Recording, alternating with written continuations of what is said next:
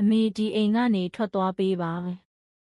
ကျမရဲ့ချွေးမဖြစ်သူတီတာကအေးဆက်ဆက်လေးတန်နဲ့ပြောလိုက်ပါတယ်ကျမရဲ့ငိမ့်စားလားစာပင်စင်လားစာနဲ့စုဆောင်းငွေတွေစုစုပေါင်းကျပ်သိန်း3000လောက်အကုန်ကြခံပြီးစောက်ခဲ့တဲ့ဒီနှစ်ထက်တိုက်အိမ်ကြီးမြေရောအိမ်ပါကျမနာမည်နဲ့ဖြစ်ပေမဲ့ကျမကိုပဲအိမ်ပေါ်ကနေနှင်ချဖို့စူးစမ်းနေကြတာပါ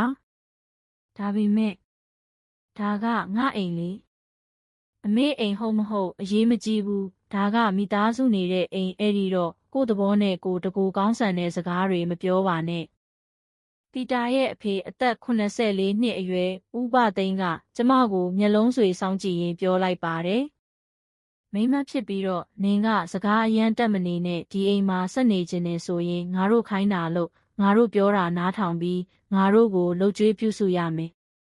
ဦးဘသိန်းကကျမရဲ့ပခုံးကိုကြမ်းကြမ်းတမ်းတမ်းဆုပ်ကင်လိုက်ပါတယ်အသက်68နှစ်အရွယ်ကျမကို84နှစ်အရွယ်ရောက်ခတိကအနိုင်ကျင့်နေတာကိုမြင်နေရနဲ့ကျမရဲ့သားအောင်မင်းကဝင်တားဖို့တောင်စိတ်ကူးမရှိပါဘူးမေယာဦးလေးဘသိန်းပြောသလိုပဲလှုပ်လိုက်ပါတော့အဲ့ဒီအချိန်တုန်းကတော့ဒီအခြေအနေတွေအားလုံးဟာ3လအကြာမှာလုံးဝပြောင်းပြန်ဖြစ်သွားလိမ့်မယ်လို့ကျမအိမ်မက်ထဲတောင်ထဲမမက်ခဲ့မိပါဘူးကျမနာမည်ဒေါ်လာလာမြင့်အသက်68နှစ်ပါရန်ကုန်ဆေးရုံကြီးမှာသူနာပြုဆရာမကြီးအဖြစ်နှစ်ပေါင်း40ကျော်အလုပ်လုပ်ခဲ့ပြီးခင်မွန်းဖြစ်သူဦးကျော်စိန်ဆုံးပါသွားတာ9နှစ်ရှိပါပြီတယောက်တည်းနေရတာအထီးကျန်ပေမဲ့တားလင်မယားနဲ့မြင်းမလေးမေဇံဘယ်တို့ကကျမအတွက်အားကိုးရာဖြစ်ခဲ့ပါတယ်လွန်ခဲ့တဲ့3နှစ်လောက်ကသားဖြစ်သူအောင်မင်းကကျမကိုအတူနေဖို့တိုင်ပင်လာခဲ့တယ်မေအိမ်ဟောင်းကိုဖြိုပြီးနှစ်ထပ်တိုက်အစ်စ်ပြန်ဆောက်ကြရအောင်ကျွန်တော်တို့မိသားစုနဲ့အတူတူနေရင်အမေလည်းအဖော်ရတာပေါ့အောင်မင်းကစိတ်ရင်းကောင်းတဲ့သားတစ်ယောက်ပါချွေးမဖြစ်သူတီတာကလည်းရင်ကျေးတိမ်မွေ့ပြီးမြင်းမလေးစံပယ်ကလည်းကျမကိုအယမ်းချစ်ရှာပါတယ်ဒါပေမဲ့အိမ်ဆောက်ဖို့ကုန်ကြစရိတ်ကစိုးရိမ်စရာပဲနော်အမေရဲ့အငိမ့်စားလာစာနဲ့စုဆောင်းထားတဲ့ပတ်စံနဲ့လောက်တလောက်ပဲစောက်ကြတာပေါ့အမေရဲ့နောက်ပိုင်းလိုအပ်တာတွေကိုကျွန်တော်တို့တာဝန်ယူမှာပါနောက်ဆုံးတော့အိမ်ဆောက်စရိတ်ကျပ်သိန်း3000ရဲ့အကိုကျမကပဲစိုက်ထုတ်ခဲ့ပြီးမြေကွက်ကလည်းကျမနာမည်နဲ့ပဲဖြစ်တဲ့နှစ်ထပ်တိုက်အစ်စ်ကြီးတစ်ခုပြီးစီးသွားခဲ့ပါတယ်မေကျေးဇူးအများကြီးတင်ပါတယ်နော်ဒီကျေးဇူးကိုတစ်သက်လုံးမမေ့ပါဘူးတီတာကခေါင်းကိုခန့်ငိုင်းငိုင်းနဲ့အယိုသေးပေးရင်းပြောခဲ့ပါတယ်အဖွာအိမ်ကြီးကြီးဆောက်ပေးလို့ကျေးဇူးတင်ပါတယ်ရှင်မြင်းမလေးစမဲကလည်းကျမကိုပြေးဖက်ရင်းပြောရှာပါတယ်အဲ့ဒီအချိန်ကစပြီးကျမဟာနေတိုင်းစမဲအတွက်လက်ဖြစ်ထမင်းကြိုင်ကိုပြင်ဆင်ပေးခဲ့တယ်အဖွားရဲ့ကြက်ဥကြော်ကကဘာပေါ်မှာအကောင်းဆုံးပဲမြင်းမလေးရဲ့ပြုံးကကျမဘဝရဲ့အဓိပ္ပာယ်ပါပဲနှစ်ပေါင်းများစွာအိမ်ရှင်မဘဝနဲ့ကျင်လည်ခဲ့တဲ့ကျမရဲ့ချက်ပြုတ်ရေးစွမ်းရည်နဲ့မိသားစုကိုပံ့ပိုးပေးနိုင်တဲ့ပျော်ရွှင်မှုဟာကျမမျှော်လင့်တောင်းတခဲ့တဲ့အဖွားအိုဘဝပါပဲဒါပေမဲ့လွန်ခဲ့တဲ့6လလောက်ကစပြီးအခြေအနေတွေကတဖြည်းဖြည်းပြောင်းလဲလာခဲ့ပါတယ်တီတာရဲ့အဖေဦးဘသိန်းကအလဲလာမယ်လို့ပြောပြီးအိမ်မှာအခြေချနေထိုင်တော့တာပါပဲဦးလေးဘသိန်းနေကောင်းလားရှင်အစပိုင်းမှာတော့နှုတ်ဆက်ယုံလောက်ပါပဲဒါပေမဲ့ဥပသိန်းဟာအသက်84နှစ်အရွယ်မှာစုဆောင်းငွေမရှိအစိုးရပင်စင်လာစာတစ်လ3သိန်းကျပ်သာရတဲ့လူတစ်ယောက်ပါသူနေထိုင်တဲ့ပဇွန်တောင်ကတိုက်ခန်းငှားကတော့မပေးနိုင်တဲ့အခြေအနေဖြစ်နေပါတယ်ဒီလောက်ကောင်းတဲ့အိမ်ကြီးမှာနေခွင့်ရတဲ့ဒေါ်လာလာမြင့်ကိုအားကြလိုက်တာဗျာပြောဆိုနဲ့ဥပသိန်းဟာအဝတ်စားတောင်မလဲပဲကျမအခန်းထဲကကတင်ပေါ်မှာအခန့်သားလှဲချလိုက်ပါတယ်ဟိုးဦးလေးဘသိန်းရှင်အဲ့ဒါကကျမရဲ့ဘာဖြစ်လဲဗျာကျုပ်ကဒေါ်လာလာမြင့်ထက်အသက်ကြီးတယ်ကျုပ်သုံးတာဘာအပြစ်ရှိလို့လဲကျမစိတ်ရှုပ်ထွေးသွားတယ်ဒါပေမဲ့သူကချွေးမရဲ့အဖေတီးခံတင်တယ်လို့ကိုဖြေသိမ့်လိုက်တယ်စိတ်ထဲမှာမရှင်းတာနဲ့တားဖြစ်သူအောင်မင်းကိုတိုင်ပင်ကြည့်ခဲ့တယ်မေယာဦးလေးဘသိန်းကလည်းအသက်ကြီးပြီဆိုတော့ကျွန်တော်တို့ကပဲစောင့်ရှောက်ရမှာပေါ့အမေကကျမ်းမာရေးကောင်းနေတာပဲအဆင်ပြေမှာပါဒါပေမဲ့အဲ့ဒါကငါအခန်းလေအသေးအဖွဲလေးတွေကိုအရေးမလုပ်ပါနဲ့အမေရဲ့အားလုံးကမိသားစုတွေပဲဟာမိသားစုအဲ့ဒီစကားလုံးကြောင့်ကျမဘာမှဆက်မပြောနိုင်တော့ပါဘူးဦးဘသိန်းရဲ့အနိုင်ကျင့်မှုတွေကတနေ့ထက်တနေ့ပိုဆိုးလာခဲ့တယ်မနက်စာကနေညစာအထိ အစားအသောက်အားလုံးကိုကျမပတ်စံနဲ့ပဲကြခံရတယ်။မီတာကရေခတွေကိုလည်းကျမပဲပေးရတယ်။အရင်ကခွဲဝေလုပ်ကင်ခဲ့တဲ့အိမ်မှုကိစ္စတွေအားလုံးဟာဘယ်ချိန်ကလေးကမှန်းမသိကျမတယောက်တည်းရဲ့အလုပ်တွေဖြစ်ကုန်ပါတော့တယ်။ဟဲ့လှလှမြင့်ဈေးသွားဝယ်ချီငါဘီယာတောက်ချင်တယ်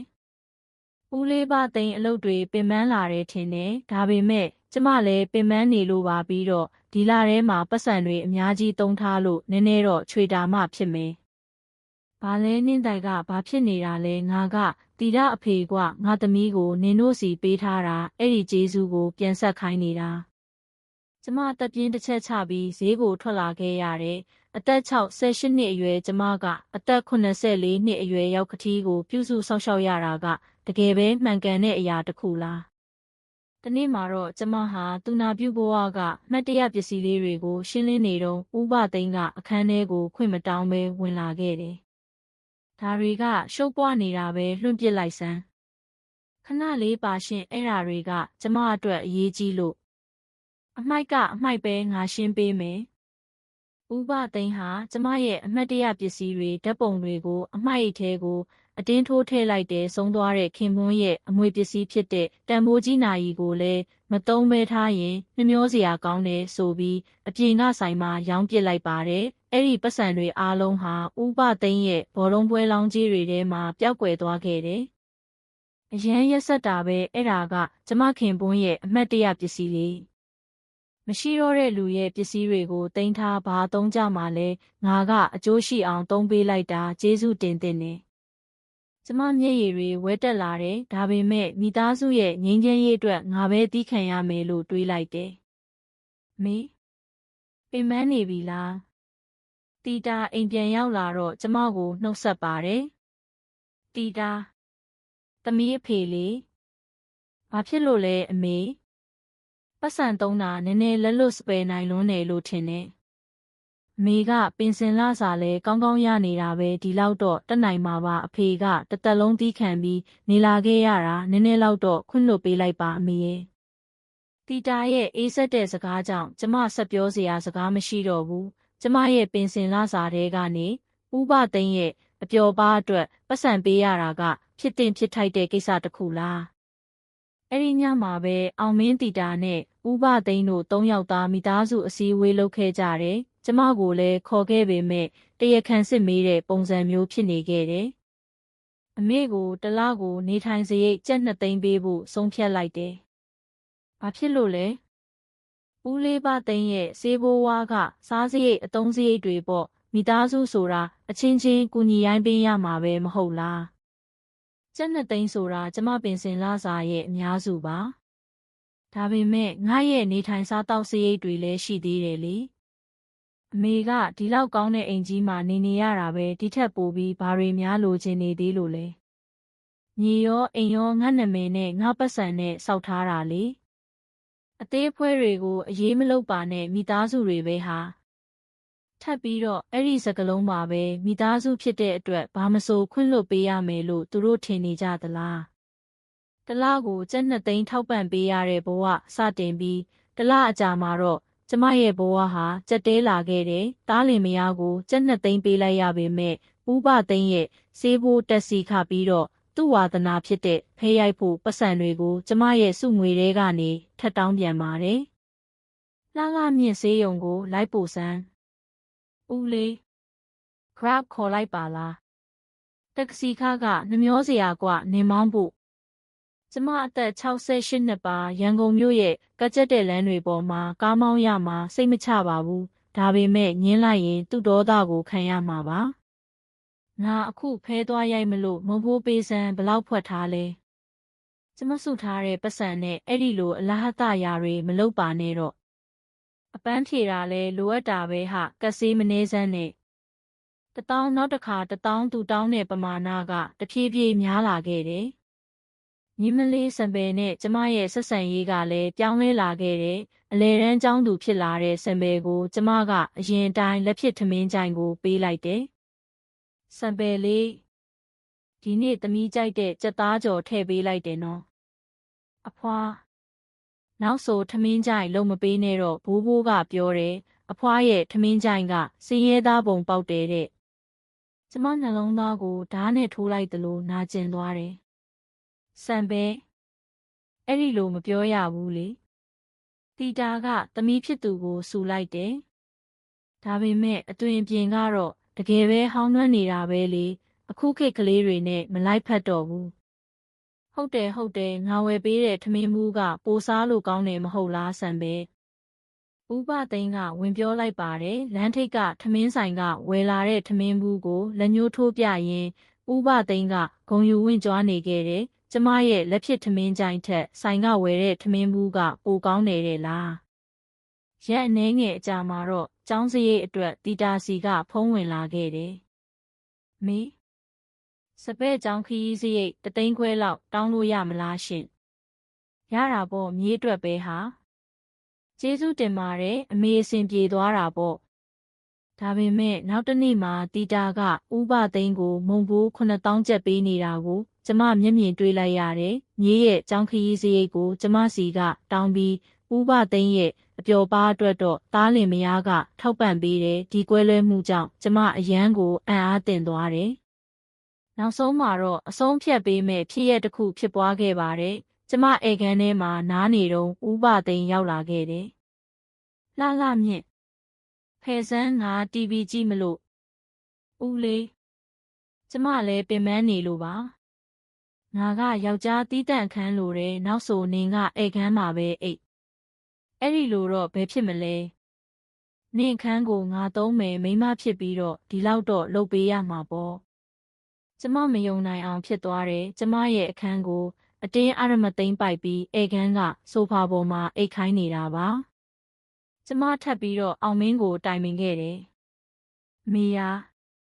ဦးလေးပါသိမ်းပြောသလိုပဲလှုပ်လိုက်ပါအမေကကျမ်းမာရေးကောင်းတာပဲအဆင်ပြေမှာပါဒါပေမဲ့ငါအသက်က68နှစ်ရှိပြီလေအမေကသူနာပြုဆရာမကြီးလုပ်ခဲ့တာဆိုတော့ကျမ်းမာရေးကိုဂရုစိုက်တတ်ပါတယ်ဦးလေးပါသိန်းကအသက်လဲကြီးသလိုကျမ်းမာရေးလဲခြူချတော့ကျမစိတ်ပြက်အားငယ်သွားတယ်။တားရင်ခောက်ကတော့သူ့ဘက်ကမရက်တီပေးဘူးဆိုတာကိုကျမမယုံနိုင်ခဲ့ဘူး။အဲ့ဒီညစပြီးကျမတကယ်ပဲဧကန်ကဆိုဖာပေါ်မှာအိတ်ခဲ့ရပါတယ်။မာကျောတဲ့ဆိုဖာပေါ်မှာအိတ်ရလို့ခါနာယောဂါကပိုဆိုးလာခဲ့ပေမဲ့အပိုလုပ်တယ်လို့ပဲအပြောခံခဲ့ရတယ်။မကြိုက်ရင်ထွက်သွား။တီတာရဲ့အဆုံးဖြတ်ပေးတဲ့စကားတခွန်းမှာပဲကျမနာမည်ပေါက်တဲ့အိမ်ကနေကျမကိုပဲထွက်သွားခိုင်းနေတာပါ။ဒီအိမ်ကငါနာမည်နဲ့လေနာမည်ကအမေနာမည်ဖြစ်ပေမဲ့ဒါကမိသားစုအိမ်မှာကျမတို့ရဲ့သဘောထားကိုမကြိုက်ရင်ကိုယ့်သဘောနဲ့ကိုယ်ထွက်သွားတာကပိုသင့်တော်ပါတယ်ထပ်ပြီးတော့အဲ့ဒီစကလုံးပါပဲမိသားစုဖြစ်တဲ့အတွက်ဘာပဲလုပ်တီးခံရမယ်အဲ့ဒီလိုမျိုးအကျိုးအကြောင်းမဲ့စကားတွေကတကယ်ပဲလက်တွေ့ဘဝမှာအသုံးဝင်နေသလားဥပသိန်းရဲ့သဘောထားကပိုပြီးတော့ဆိုးရွားလာခဲ့တယ်ငါကအသက်ကြီးတယ်အဲ့ဒီတော့ငါပြောတာကိုပဲနားထောင်ရမယ်ဦးလေးဒါပေမဲ့အသက်ငယ်တဲ့မိန်းမဖြစ်ပြီးတော့စကားအယမ်းတက်မနေနဲ့အသက်84နှစ်အရွယ်ဦးဘသိန်းက68နှစ်အရွယ်ကျမကိုအသက်ငယ်တဲ့မိန်းမလို့ခေါ်ဝေါ်သုံးနှုန်းတယ်ဒီအသက်အရွယ်ရောက်မှဒီလိုမျိုးအထက်အောက်ဆက်ဆံရေးမျိုးရှိနေသေးတာလားတနေ့မှာတော့ဦးဘသိန်းကကျမရဲ့စုငွေအကြောင်းကိုမေးလာခဲ့တယ်လှမြင့်နှစ်မှာစုထားတဲ့ပတ်စံဘယ်လောက်ရှိလဲ။ဘာဖြစ်လို့လဲရှင်။မိသားစုရဲ့ဘုံပိုင်းပစ္စည်းအနေနဲ့တည်ထားခွင့်ရှိတဲ့စီမံခန့်ခွဲတာကိုလည်းငါလုပ်ပေးမယ်မနှက်ဖြန်ပန်ကနေအကုန်ထုတ်ခဲ့။ကျမကြောက်ရွံ့သွားတယ်ပင်စင်လစာတင်မကပဲစုငွေကိုပါသူတို့ကမျက်စိကျနေကြတာပါ။ကျမတယောက်တည်းဆိုဖာပေါ်မှာလှဲလျောင်းရင်းစဉ်းစားမိတယ်ဒါကမိသားစုရဲ့လားကျမစူးစမ်းရှာဖွေခဲ့တဲ့ပိုင်ဆိုင်မှုတွေကိုအကုန်သုံးဖြုံးပြီးကျမကိုအိမ်ဖော်တယောက်လိုဆက်ဆံနေတာကတကယ်ပဲမေတ္တာတရားလားဆုံးသွားတဲ့ခင်ပွန်းဦးကျော်စိန်သာအသက်ရှင်နေသေးရင်ဘလို့ထင်မလဲသူ့ဇနီးဒီလိုမျိုးအနိုင်ကျင့်ခံနေရတာကိုမြင်ရင်သူငြိမ်ခံနေမှာလားကိုကျော်စိန်ရဲ့ကျမဘလို့လုပ်ရမလဲခင်မွန်းရဲ့ဓာတ်ပုံကိုကြည့်ရင်တိုးတိုးလေးရေရွတ်မိတဲ့အဖြေကတော့ပြန်မလာခဲ့ပါဘူးကျမတယောက်တည်းဆုံးဖြတ်ချက်ချရမှာပါကျမတိတ်တဆိတ်ဆုံးဖြတ်ချက်တစ်ခုကိုချလိုက်တယ်ဒီအတိုင်းဆက်သွားနေရင်ငါဘဝကအဆုံးသတ်သွားလိမ့်မယ်ကြံရှိနေသေးတဲ့ဘဝကိုဂုဏ်သိက္ခာရှိရှိနဲ့ဖြတ်တန်းခြင်းနဲ့အဲ့ဒီအတွက်ငါတိုက်ပွဲဝင်ရမယ် နောက်တနေ့မနက်မှာဦးဘသိန်းရဲ့ကြမ်းတမ်းတဲ့စကားတွေကိုအတန်ဖမ်းဖို့ခွင့်ရရခဲ့တယ်။စမတ်ဖုန်းအသုံးပြုနည်းကိုတင်ယူထားမိတာကံကောင်းတယ်လို့ဆိုရမယ်။ငါအခန်းထဲကထွက်သွားစမ်းအသက်ငယ်တဲ့မိန်းမဖြစ်ပြီးတော့မျက်နှာပြောင်မတိုက်နဲ့။ဒါကခိုင်လုံတဲ့သက်သေတစ်ခုဖြစ်လာမှာပါပြီးတော့ကျမမှာခိုင်မာတဲ့မဟာမိတ်တစ်ယောက်လည်းရှိနေပါတယ်။ဆုံးသွားတဲ့ခင်မွန်းရဲ့အမရှိနေဖြစ်သူဒေါ်ခင်မာလာပါ။ကျမဒေါ်ခင်မာလာကိုအကျိုးအကြောင်းစုံပြောပြဖို့ဆုံးဖြတ်လိုက်တယ်။လှမြင့်ရဲ့ဒါကအရန်ဆိုးရတဲ့ကိစ္စပဲ။ဒေါ်ခင်မာလာကကျမရဲ့အခြေအနေကိုကြားပြီးဒေါသကြောင့်မျက်နှာတွေညီရဲလာခဲ့တယ်။ဒါပေမဲ့တရားဥပဒေအရတော့မင်းကလုံးဝအသာစီးရတဲ့အခြေအနေမှာရှိနေတယ်။ဘလို့မျိုးလဲအမအိမ်ရောမြေရောအားလုံးကမင်းနာမည်နဲ့မဟုတ်လားဒါကြောင့်အိမ်ကိုရောင်းချပိုင်ခွင့်အပြည့်အဝမင်းမှာရှိတယ်။ရောင်းချပိုင်ခွင့်အဲ့ဒီစကားလုံးကကျမခေါင်းထဲမှာပြင်းပြင်းထန်ထန်ပဲ့တင်ထပ်သွားတယ်။ဒါပေမဲ့တားလင်မယားကနေနေတာလေ။အဲ့ဒါကမင်းရဲ့စေတနာနဲ့နေခွင့်ပေးထားတာတသက်ပဲတရားဥပဒေအရသူတို့မှာဘာခွင့်ရေးမှမရှိဘူး။ဒေါ်ခင်မာလာကဆက်ပြောခဲ့တယ်။ပြီးတော့တလားကိုကျပ်2 သိန်းတောင်အနိုင်ကျင့်တောင်းနေတာကမှပြဿနာအစ်စ်ပဲတက်ကြီးရွယ်အိုကိုငွေကြေးအရအနိုင်ကျင့်နှိပ်စက်မှုနဲ့တောင်သက်ဆိုင်နေနိုင်တယ်။ကျမမျှော်လင့်ချက်အလင်းရောင်တစ်ခုကိုမြင်လိုက်ရသလိုခံစားလိုက်ရတယ်။ဦးဘသိန်းရဲ့နေထိုင်ခွင့်ဆိုတာကတော့လုံးဝမရှိဘူး။တရားမဝင်ကျူးကျော်နေထိုင်တယ်လို့တောင်ပြောလို့ရတဲ့အဆင့်ပဲ။နောက်တနေ့ကစပြီးကျမတိတ်တဆိတ်လှုပ်ရှားမှုတွေကိုစတင်ခဲ့တယ်။ပထမဆုံးအနေနဲ့အဆင့်မြင့်ဘိုးဘွားရိပ်သာတစ်ခုကိုတွားရောက်လေ့လာခဲ့တယ်။ဒေါ်လာမြင့်ခမဒီမှာတယောက်ခန်းတွေပါ။တန်ရှင်းတရက်တဲ့တယောက်ခန်းတီးတန့်ရေချိုးခန်းပဒင်းပေါက်ကနေလှပတဲ့ပန်းချံကိုမြင်တွေ့နိုင်ပါတယ်။ဝင်ကြီးကဘလောက်လောက်ကြမလဲရှင်။ကျပ်သိန်း900ကနေ1500ကြားမှာဖလန်တွေကိုရွေးချယ်နိုင်ပါတယ်ခမညာ။ကျမစုငွေနဲ့ဆိုရင်လုံလောက်ပေးချေနိုင်တဲ့ပမာဏပါအရန်ကောင်းတာပဲကျမစရင်ပေးသွင်းချင်ပါတယ်ကျေးဇူးတင်ပါတယ်ခမညာစာရွက်စာတမ်းတွေပြင်ဆင်ပေးပါမယ်နောက်တစ်ဆင့်အနေနဲ့အိမ်ချမ်းမြေအကျိုးဆောင်ကုမ္ပဏီကိုအိမ်ရဲ့တန်ဖိုးကိုတွက်ချက်ခိုင်းခဲ့တယ်ခန်းထားတဲ့2 ထပ်တိုက်ကြီးပဲနော်စောက်လုပ်တက်တန်းလဲနှုတ်သေးတယ်မြေနေရာကလည်းကောင်းတယ်ဘလောက်ရနိုင်မလဲရှင်ကျပ်သိန်း3500အောက်တော့မကြတော့ဘူးအခြေအနေကောင်းရင်သိန်း4000လောက်ထိတောင်မျှော်လင့်လို့ရပါတယ်ကျပ်သိန်း3500ဆိုတာကအိမ်ဆောက်စရိတ်သိန်း3000ထက်ပိုများတဲ့ပမာဏပါချက်ချင်းရောင်းလို့ရနိုင်မလားရှင်ဟုတ်ကဲ့ဒီလိုအခြေအနေမျိုးဆိုရင်တစ်လအတွင်းမှာဝယ်သူတွေ့နိုင်လောက်ပါတယ်ကျမစိတ်ထဲကနေပြုံးလိုက်မိတဲ့အရာအလုံးကအစင်သင့်ဖြစ်နေပါပြီတစ်ဖက်မှာတော့တားလင်မယားနဲ့ဦးဘသိန်းတို့ကလုံးဝကိုစိတ်အေးလက်အေးနေကြတယ်။အမေကငါတို့ကိုအတိမပေးပဲအဲ့ဒီလိုမျိုးလုပ်ရဲမှာမဟုတ်ပါဘူး။ကျမကမိတ်ဆွေတယောက်နဲ့တိုင်ပင်နေတာကိုမြင်သွားတဲ့အောင်မင်းကအဲ့ဒီလိုပြောခဲ့တယ်။အသက်ကြီးတဲ့လူတွေရဲ့ချင်းချောက်စကားပေါ့အရေးလုံးနေစရာမလိုပါဘူး။အဲ့ဒီမိန်းမကဒီလိုမျိုးတွေစဉ်းစားနေတယ်ဆိုတဲ့အတိကကိုဒေါသထွက်စရာကောင်းလိုက်တာ။တီတာနဲ့ဦးဘသိန်းကလည်းကျမကိုအထင်သေးနေခဲ့ကြတယ်။အမေကဘာမှလုပ်နိုင်မှာမဟုတ်ပါဘူး။နောက်ဆုံးတော့ကျမတို့ကိုပဲအားကိုးရမှာပါ။အဲ့ဒီလိုနဲ့တနေ့မှသူတို့3 ယောက်စကားပြောနေတာကိုကျမမထင်မှတ်ပဲကြားလိုက်ရတယ်။အမေသာထွက်သွားမယ်ဆိုရင်တော့နင့်နာကြီးအဖြစ်သိန်း2000လောက်တော့ထားခဲ့ခိုင်းရမယ်။အောင်မင်းရဲ့စကားကြောင့်ကျမနားကိုမယုံနိုင်အောင်ဖြစ်သွားတယ်ဟုတ်တယ်ဒီအိမ်မှာပြုစုဆောက်ရှောက်ပေးခဲ့တဲ့ကျေးဇူးကြီးအပါဝင်အကုန်ညှစ်ယူပြီးမှထွက်သွားခိုင်းရမယ်။တီတာကလည်းထောက်ခံနေခဲ့တယ်။ဒါဘောကွငါတို့ကပြုစုဆောက်ရှောက်ပေးခဲ့တာပဲဟာနေတိုင်းအခန်းတန့်ရှင်းရေးလုပ်ခိုင်းခဲ့တာပဲ။ကျမစီကမုတ်ဘိုးတောင်းနေတဲ့ဦးဘသိန်းကလည်းကျမကိုပြုစုဆောက်ရှောက်ပေးခဲ့တယ်လို့ပြောနေတာပါ။သူတို့တွေကကျမစီကနေသိန်း2000ကိုတကယ်ပဲညှစ်ယူဖို့ကြံစီနေခဲ့ကြတာပါ။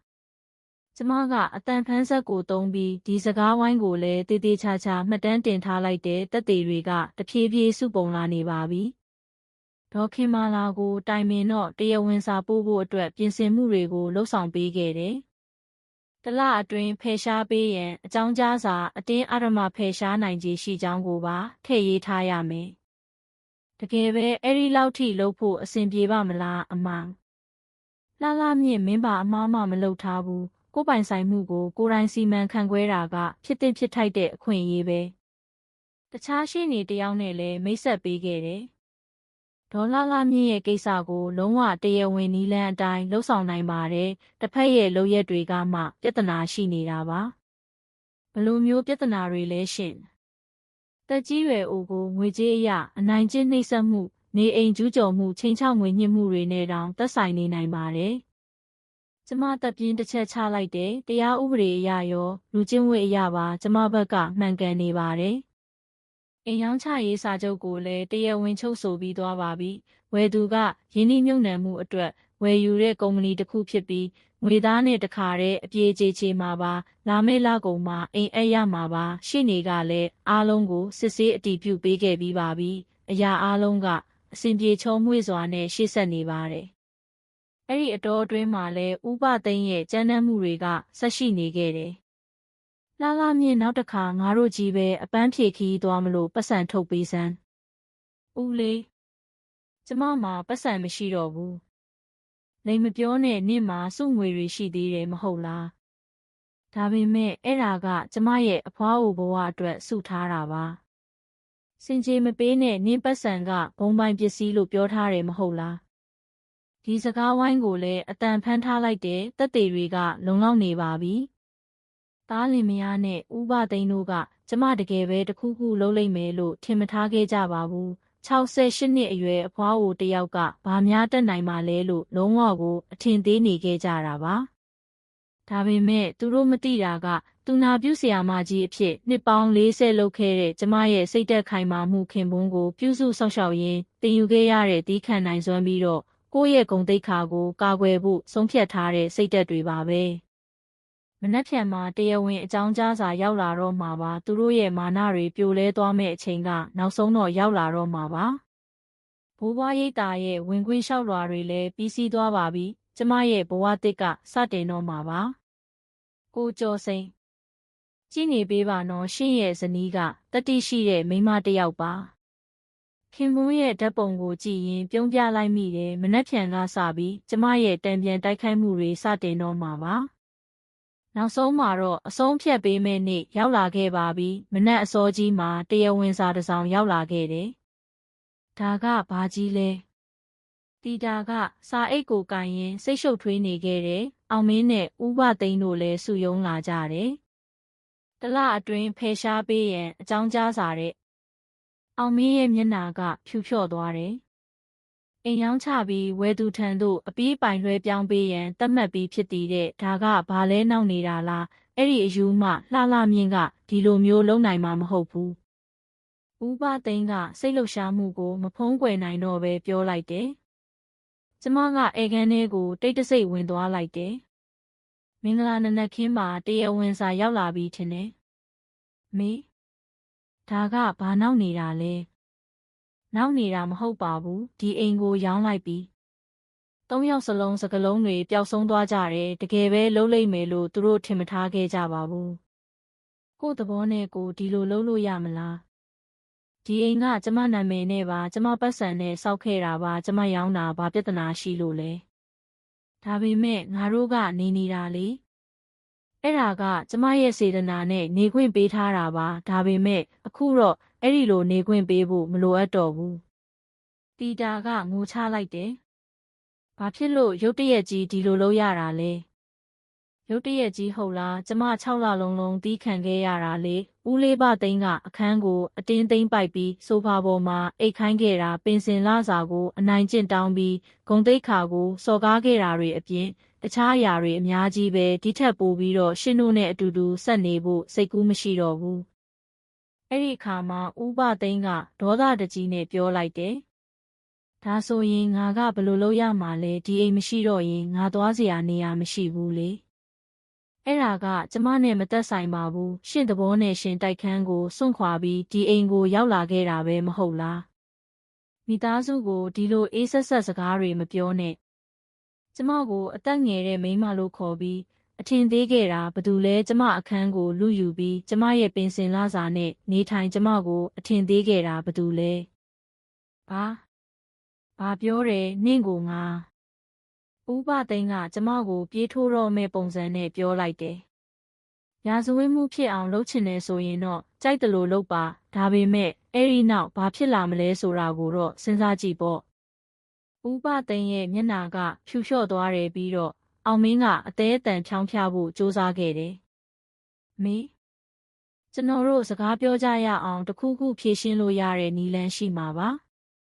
ဖြေရှင်းလို့ရတဲ့နည်းလမ်းဟုတ်လားအခုတရားဥပဒေအရဖြေရှင်းနေတာပဲလေပြီးတော့ကျမအရင်ကကူညီခဲ့တဲ့ပတ်စံတွေကိုလည်းပြန်ပေးပါကျမကစရင်းစာရွက်တစ်ရွက်ကိုထုတ်လိုက်တယ်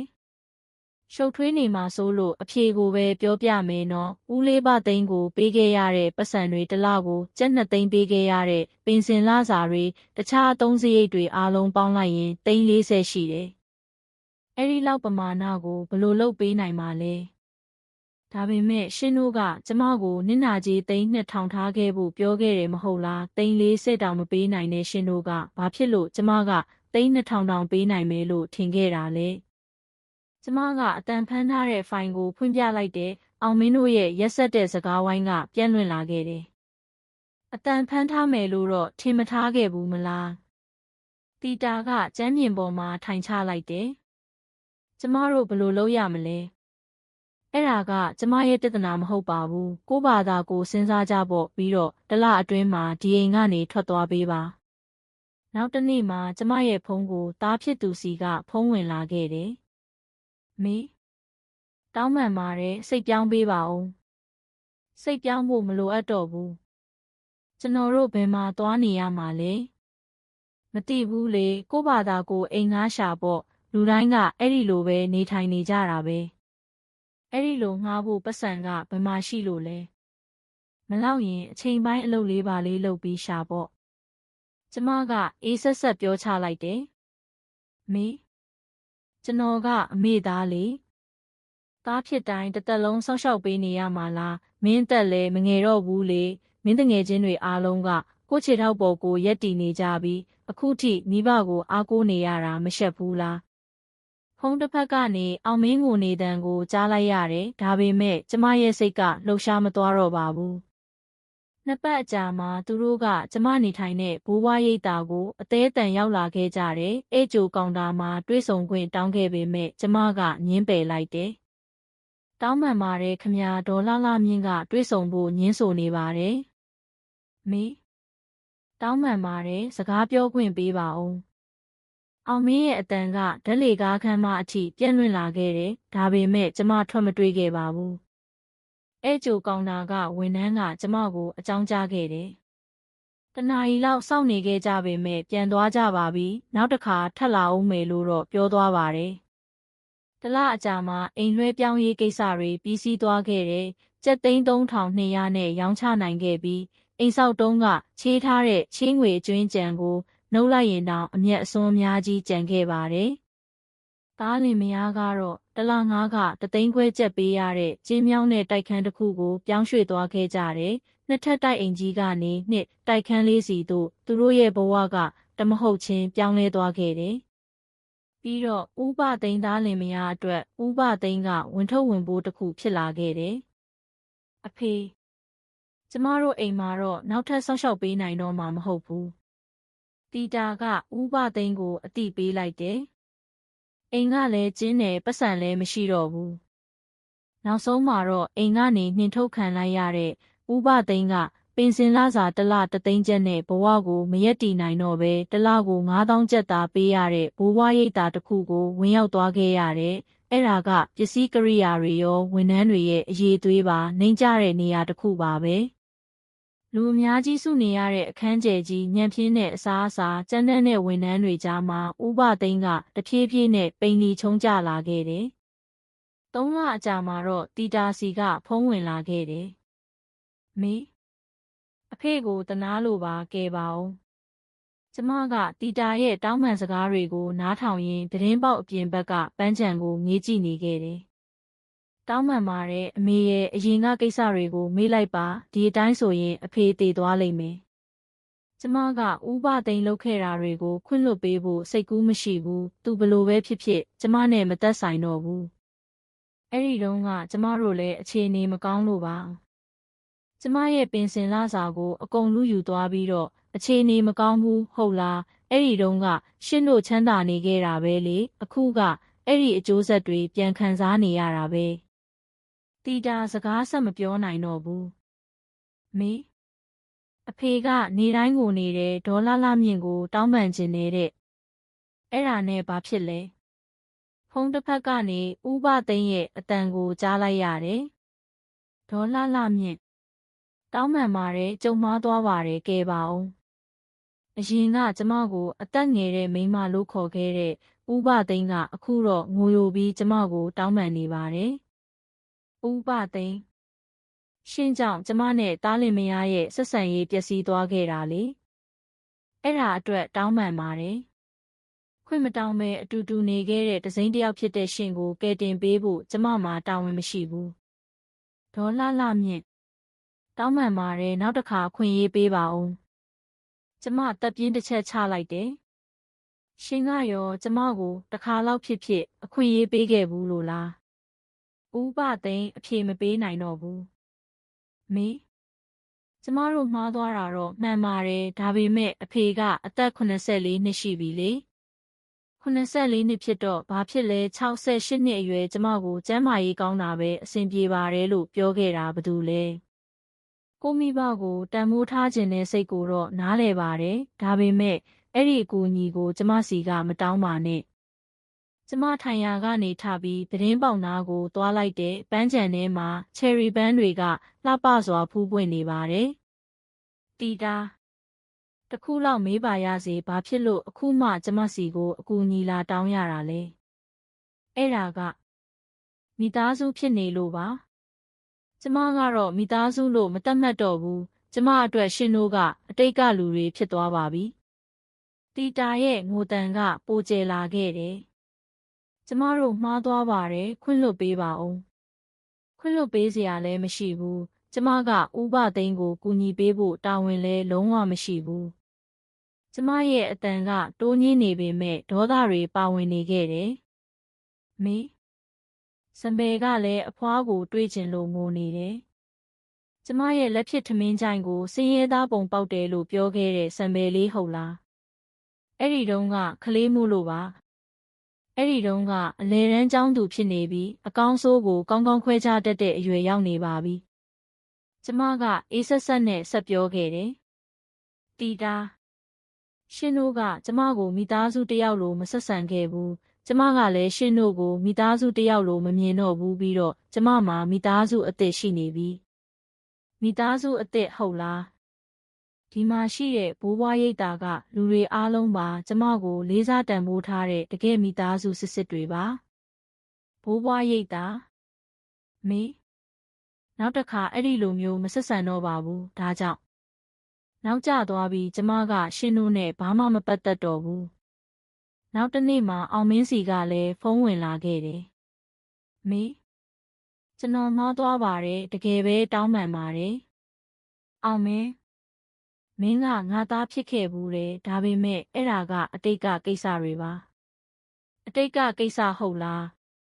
ငါ့ကိုနှင်ထုတ်ဖို့ကြိုးစားပြီးတစိမ့်တစ်ယောက်လိုဆက်ဆံခဲ့တာမင်းမဲမဟုတ်လားအဲ့ဒီအတိုင်းပဲငါလုပ်ပေးလိုက်တာပါမေကျွန်တော်ကမိသားစုလို့သတ်မှတ်နေတော့မှာပဲ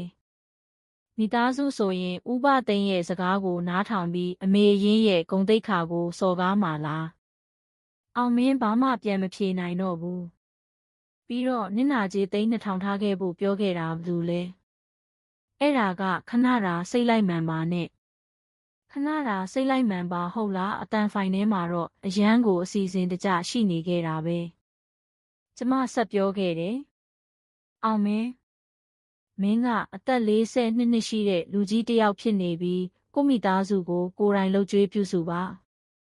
တပတ်အကြာမှာသားလင်မယားကဘိုးဘွားရိပ်တာကိုထက်ရောက်လာခဲ့ကြတယ်ဒီတခါတော့အဲ့ကြိုကောင်တာကနေမဖြတ်ပဲကျမအခန်းရှိကိုတိုက်ရိုက်ရောက်လာခဲ့ကြတယ်မေတကားဖွင့်ပေးပါဦးတကားတစ်ဖက်ကနေတီတာကငိုယိုပြီးတောင်းပန်နေပါတယ်အဖေကနောက်ဆုံးအခြေအနေကိုရောက်နေပါပြီကျမကတကားတစ်ဖက်ကနေပဲပြန်ဖြေခဲ့တယ် အဲ့ဒါကဥပသိန်းရဲ့ပြဿနာပါကျမနဲ့မသက်ဆိုင်ဘူးတောင်းပန်ပါတယ်ခြေထောက်ကိုဖက်ပြီးတောင်းပန်ဆိုရင်လည်းတောင်းပန်ပါမယ်ကဲပါဦးအဲ့ဒီလိုလုပ်ပေးဖို့ကျမကတောင်းဆိုခဲ့လို့လားမေစမယ်လည်းအတူတူပါလာတယ်ခဏအကြာမှာစမယ်ရဲ့အတန်ကိုကြားလိုက်ရတယ်အဖွာတောင်းပန်ပါတယ်ရှင်အဖွာရဲ့ထမင်းချိုင်ကိုတကယ်တော့အရန်ကြိုက်ခဲ့တာပါ73နှစ်အရွယ်စံပယ်ရဲ့အတန်ကတုံရင်နေခဲ့တယ်။စံပယ်လေးကျမရဲ့စိတ်ကခဏတာလှုပ်ရှားသွားခဲ့တယ်။ဒါပေမဲ့ချက်ချင်းပဲအတိတရားကပြန်ဝင်လာခဲ့တယ်။နောက်ကျသွားပြီးအရာအလုံးကနောက်ကျသွားခဲ့ပြီ။ကျမတကားနဲ့အဝေးကိုထွက်သွားလိုက်တယ်။ခွင့်မပြုဘဲဒီလိုနေရာမျိုးကိုဝင်မလာပါနဲ့အခုချက်ချင်းမထွက်သွားရင်ရဲခေါ်လိုက်မှာနော်။ဝန်ထမ်းတွေကအပြေးလွှားရောက်လာပြီးတားလင်မယားကိုပြန်လွှတ်ပေးခဲ့ကြတယ်။အဲ့ဒီနောက်ပိုင်းမှာလည်းဖုန်းတွေအကြိမ်ကြိမ်ဝင်လာခဲ့ပေမဲ့အားလုံးကိုကျမလစ်လျူရှုခဲ့တယ်။ကျမရဲ့ဘဝတစ်မှာသူတို့တွေမလိုအပ်တော့ဘူး။လအနည်းငယ်အကြာမှာဥပသိန်းကညံပြင်းတဲ့ဘိုးဘွားရိပ်သာမှာဆုံးပါသွားခဲ့တယ်လို့ကြားသိခဲ့ရတယ်။ငါဒီလိုမျိုးဆိုးရွားတဲ့ဘဝကိုနေထိုင်နေရတာလှလှမြင့်ကြောင်ပဲ။နောက်ဆုံးအချိန်ထိအဲ့ဒီလိုပဲပြောသွားခဲ့တယ်လို့ဆိုပါတယ်။တားလင်မယားရဲ့ဘဝကပိုပြီးတော့ကြက်တဲလာခဲ့ပြီးတီတာကအချိန်ပိုင်းအလုပ်ထွက်လို့ရတော့တယ်။အောင်မင်းကလည်းဒုတိယအလုပ်တစ်ခုကိုစတင်ခဲ့ပေမဲ့အိမ်ရဲ့စီးပွားရေးကအဆင်မပြေဖြစ်နေခဲ့တယ်။စံမေရဲ့ပညာရေးစရိတ်ကလည်းစိုးရိမ်စရာဖြစ်လာခဲ့တယ်။သူတို့ဆုံးရှုံးခဲ့ရတဲ့အရာတွေကအများကြီးပါပဲကျပ်သိန်း3000တန်နဲ့နှစ်ထပ်တိုက်အိမ်ကြီးအခွန်အခနဲ့ပြုပြင်ထိန်းသိမ်းရေးစရိတ်တွေအတွက်စိတ်ပူစရာမလိုတဲ့ဘဝကျမစီကအကူအညီမျိုးမျိုးပြီးတော့တကယ်ပဲချစ်ခင်တဲ့မိသားစုကိုဆုံးရှုံးခဲ့ရတာပါတစ်ဖက်မှာတော့ကျမရဲ့ဘဝတစ်ကနေ့စဉ်နဲ့အမျှပြည့်စုံနေခဲ့ပါတယ်မနက်6နာရီမှာအိယာထပန်းချန်ထဲမှာလမ်းလျှောက်ပြီးလက်ဆက်တဲ့လေကိုဘဝရှူရှိုက်တဲ့မနက်စာကိုတခြားဘိုးဘွားရိပ်သာကလူတွေနဲ့အတူတူစားသုံးတယ်နေ့တိုင်းပျော်ရွှင်စရာကောင်းတဲ့စကားဝိုင်းတွေကစတင်ပါတယ်ဒေါ်လာလာမြင့်ခင်များသူနာပြုအတွေ့အကြုံကိုအသုံးချပြီးကျန်းမာရေးဆိုင်ရာဆွေးနွေးမှုတွေလုပ်ပေးလို့ရမလားခင်ဗျာအခကြေးငွေတော့ပေးမှာပါခင်ဗျာရိပ်သာရဲ့တာဝန်ခံကတောင်းဆိုလာခဲ့တာပါကျမကစိတ်ရင်းစေတနာနဲ့လက်ခံခဲ့တယ်မနက်ပိုင်းမှာတခြားဘိုးဘွားတွေရဲ့ကျန်းမာရေးကိုဆွေးနွေးပေးတယ်နေ့လယ်ပိုင်းမှာတော့ပန်းချံကိုပြုစုဆောင်ရှောက်တာစာဖတ်တာတွေလုပ်တယ်ညစာစားပြီးရင်တော့လူတိုင်းနဲ့အတူတူကာရာအိုကေဆိုတာဂိမ်းကစားတာတွေနဲ့ပျော်ရွှင်စွာဖြတ်သန်းတယ်ဒေါ်လာလာမြင့်ရှိနေလို့တကယ်ပဲအားရှိတာပဲတူညီတဲ့အဆောင်ကဦးတန်းနိုင်ကပြောခဲ့တယ်ကျမကလည်းအားလုံးကိုအားကိုးနေရတာပါကျမကစိတ်ရင်းစေတနာနဲ့ပြန်ဖြေခဲ့တယ်ဒါကတကယ်မိသားစုပုံစံဖြစ်နိုင်လောက်တဲ့သွေးသားတော်ဆက်မှုနဲ့မသက်ဆိုင်ပဲအချင်းချင်းကိုစာနာထောက်ထားပြီးလေးစားတန်ဖိုးထားတဲ့ဆက်ဆံရေးမျိုးပါညဘက်တယောက်တည်းဖြစ်နေတဲ့အခါမှာတော့ကျမကဆုံးသွားတဲ့ခင်ပွန်းရဲ့ဓာတ်ပုံကိုကြည့်ရင်ပြောမိတယ်ကိုကျော်စိန်ကျမမှန်ကန်တဲ့ရွေးချယ်မှုတစ်ခုကိုလုပ်ခဲ့တာဟုတ်လားအဖြေကတော့ပြန်မလာခဲ့ပါဘူးဒါပေမဲ့ခင်မွန်းကလည်းကျမရဲ့ဆုံးဖြတ်ချက်ကိုထောက်ခံပေးနေမယ်လို့ကျမယုံကြည်ပါတယ်တနေ့မှာတော့ရိပ်သာရဲ့ကြော်ညာတင်ပုံးပေါ်မှာကျမရေးထားတဲ့စာတစ်ပုဒ်ကိုကတ်ထားခဲ့တယ်ကိုတန်ဖိုးမထားတဲ့လူတွေစီကတန်ဖိုးထားမှုကိုခံယူဖို့မလိုအပ်ဘူးဒါကကျမရဲ့ဘဝတစ်အတွေးခေါ်ပါပဲမိသားစုဖြစ်လို့မိဘသားသမီးဖြစ်လို့ဘာပဲလုပ်တီးခံရမယ်အဲ့ဒီလိုခေတ်ကကုံဆုံးသွားပါပြီဘလို့ဆက်ဆံရေးမျိုးမှမဆိုအချင်းချင်းရဲ့ဂုဏ်သိက္ခာကိုကာကွယ်ပေးဖို့ကအရေးကြီးဆုံးပါပဲကျမရဲ့ဘဝကအသက်68နှစ်မှာအသက်တဖန်ပြန်လည်စတင်ခဲ့တာပါကြံရှိနေသေးတဲ့ဘဝကိုကိုယ့်သဘောနဲ့ကိုယ်ဂုဏ်သိက္ခာရှိနဲ့ဖြတ်တန်းသွားမှာပါသားလင်မယားစီကအဆက်အသွယ်က3လလောက်ပြတ်တောက်သွားခဲ့ပါပြီလက်လျှော့လိုက်ကြပြီထင်ပါတယ်ဒါပေမဲ့အဲ့ဒီလိုဖြစ်တာကပဲကောင်းပါတယ်ကျမမှာမိသားစုအသက်ရှိတယ်ဘဝအဓိပ္ပာယ်အသက်ရှိတယ်ပြီးတော့ကိုယ့်ရဲ့ဂုဏ်သိက္ခာကိုပြန်လည်ရယူနိုင်ခဲ့တယ်ဆိုတဲ့ကျေနပ်မှုရှိတယ်ဒီနေ့လဲပန်းချံထဲမှာຫນွေဦးပန်းတွေဖူးပွင့်နေပါတယ်ချယ်ရီပန်းကျူလစ်ပန်းမုံညင်းပန်းတွေကအသက်ဝင်လှပနေပါတယ်ဒီနေ့လဲနေကောင်းတစ်နေ့ဖြစ်လာအောင်မယ်ထင်တယ်ဘေးခန်းကဒေါ်စောမြကနှုတ်ဆက်လာခဲ့တယ်ကျမကစိတ်ရင်းစေတနာနဲ့ပြုံးပြလိုက်တယ်ဒါကကျမရဲ့နေ့စဉ်ဘဝတစ်ဒါ